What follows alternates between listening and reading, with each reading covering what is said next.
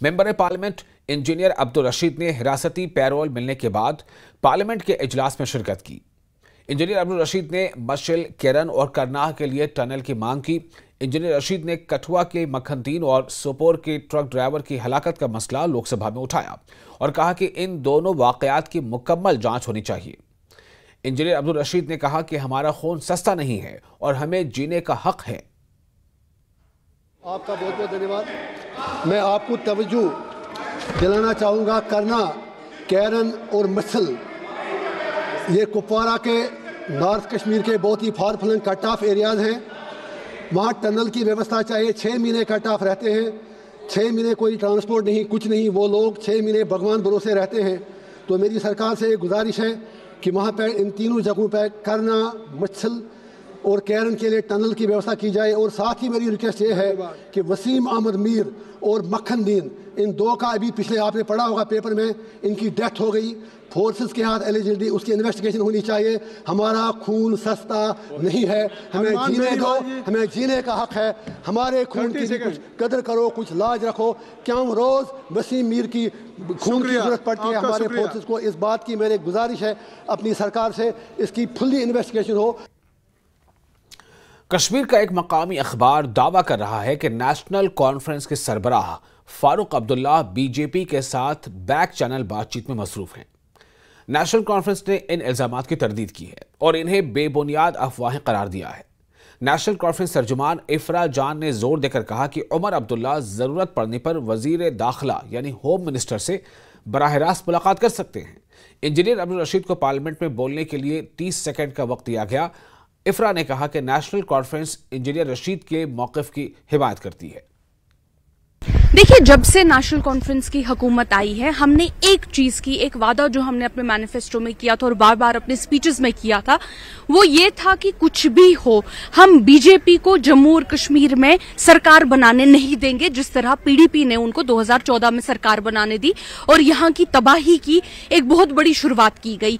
ये हम लोगों ने वादा किया था।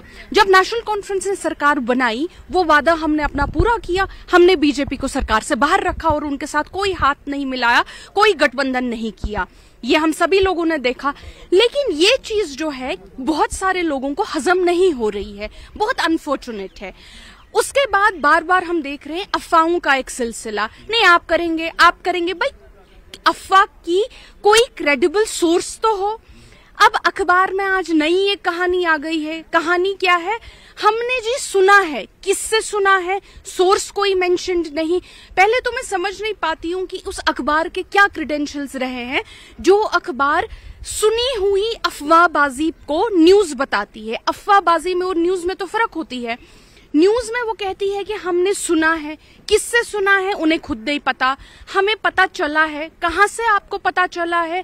क्या कोई अखबार का सोर्स है? क्या कोई रिपोर्टेड सोर्स है? ऐसा कोई भी लिंक नहीं। हमें जी पता है, खबर है। किस एविडेंस की बिना पे आपको खबर है? कोई एविडेंस कोटेड नहीं।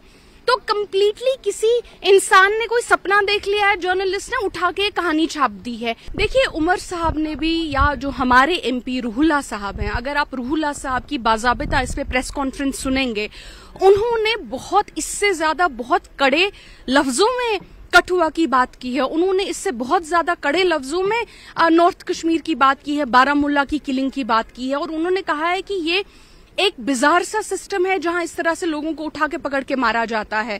चाहे हमारे एमपी रूहुल्लाह साहब हो, उनको, रूहुल्लाह साहब को तो इनफैक्ट पार्लियामेंट में इस बात करने का मौका भी नहीं दिया गया। उन्होंने टाइम मांगा था, हमारे एमपी को टाइम भी नहीं दिया गया।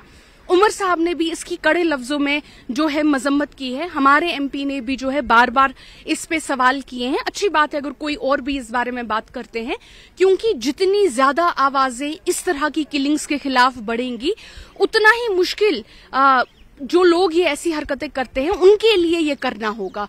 तो the more voices we have the better. लेकिन नेशनल कॉन्फ्रेंस जो है, it is leading the voice for Kathua and it is leading the voice of justice for Baramulla.